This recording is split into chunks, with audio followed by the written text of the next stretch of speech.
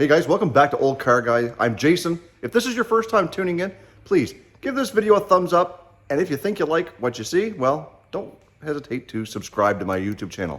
We're on a quest for 10,000 subscribers. We're almost there. Today, we're doing an update on a couple project vehicles, so stay tuned.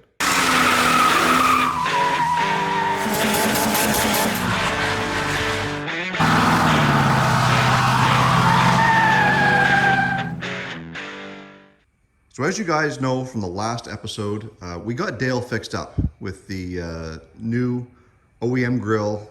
We've got a park light that's been replaced since the last video, and the bottom gravel guard has been massaged back into place.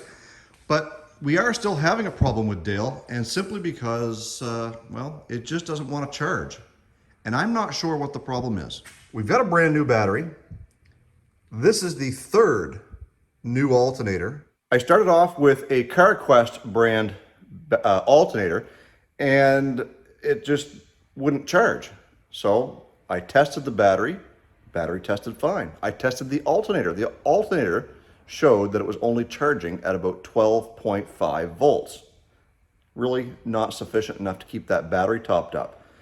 So I swapped it out. They did it under warranty for me, and well, to no avail. Once in a while, it would bounce back up on the gauge. And as you can see, the gauge will read at 13 volts. The needle barely touches that on the left-hand side. And I didn't want to take the needle's word for it that it was 100% accurate. After all, it's on a 40-plus-year-old truck. So what we did was we took a meter, we stuck it on the battery, and we tested it. Corrupted file, so I got to do this again. What I was saying is that we put the meter on at the battery while the vehicle was running.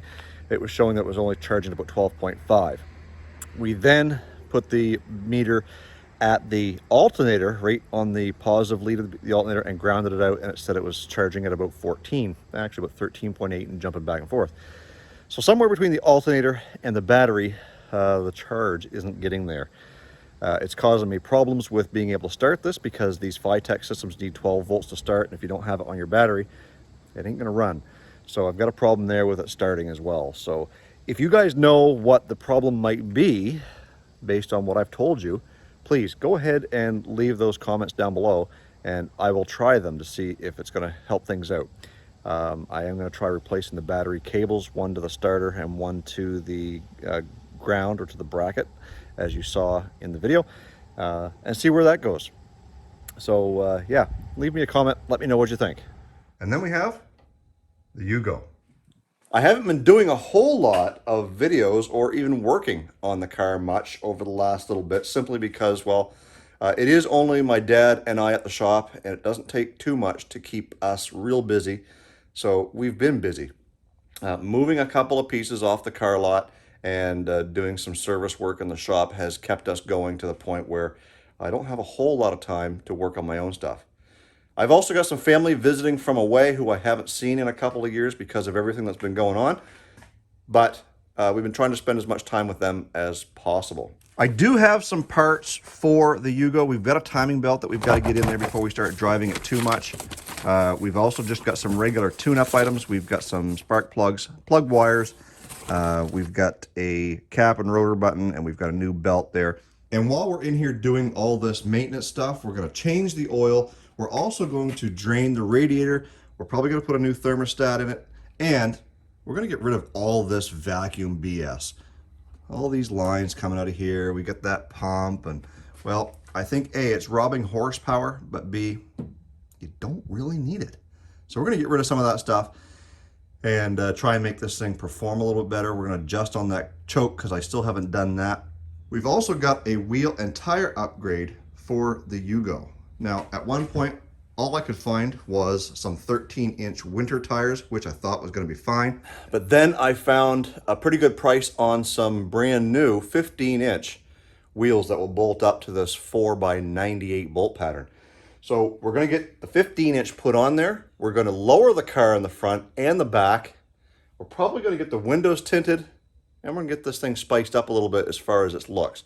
These things were never really cool from the beginning, I don't think, but my goal was to make it cool, make it something that people are going to want to drive maybe at some point.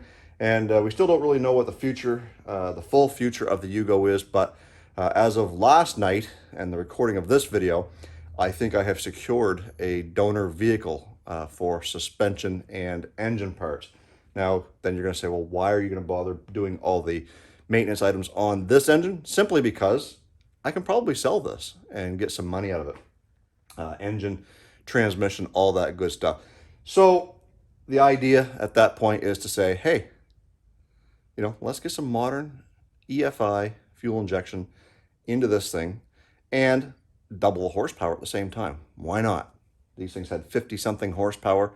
You put a modern 4-cylinder in it, you're going to get at least 100, maybe 115, 20. So it should perform a lot better. These are a light car. Should make it work really, really good. And then the last thing that we have to do to the Yugo is we have to get the exhaust figured out. Right now it is just straight piped and it's hanging. So when you're going down the road, you do get the exhaust kind of slapping the floor a little bit. So we've got to get that secured. I don't mind the way it sounds. It doesn't sound terrible. So we're going to get that done. And then we can kind of drive this thing a little bit like normal. Still have to make it pass inspection. We've got a couple of things that we're going to do there. And we're going to remove some bumpers maybe, because I do want to get rid of those bumpers that stick way out. It's just not cool, and we are going for a cool factor here. So that's just a little update on what's going on right now. I know that you guys wanted to see probably some more meat and potatoes on this video or on a video. A lot going on, guys. I did apply for a building permit for the new shop. Hopefully we'll get that situated before the next video.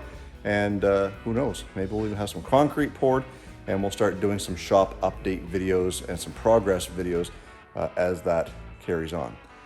Anyways, that's it for this video. I hope you enjoyed it. Don't forget, if you like this video, please give it a thumbs up. And, you know, maybe you want to see more on Project Dale the truck or the Yugo.